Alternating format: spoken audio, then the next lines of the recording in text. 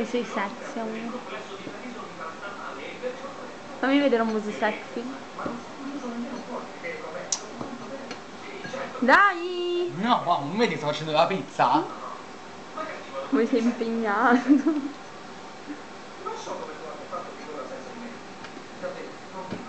Se ti spargo di farina e poi ti metto nel forno. Se io tento scottare di farina ti metto direttamente nel forno. Ma finisci cattivo. In panno. Oh, ma dovrebbe essere pronta.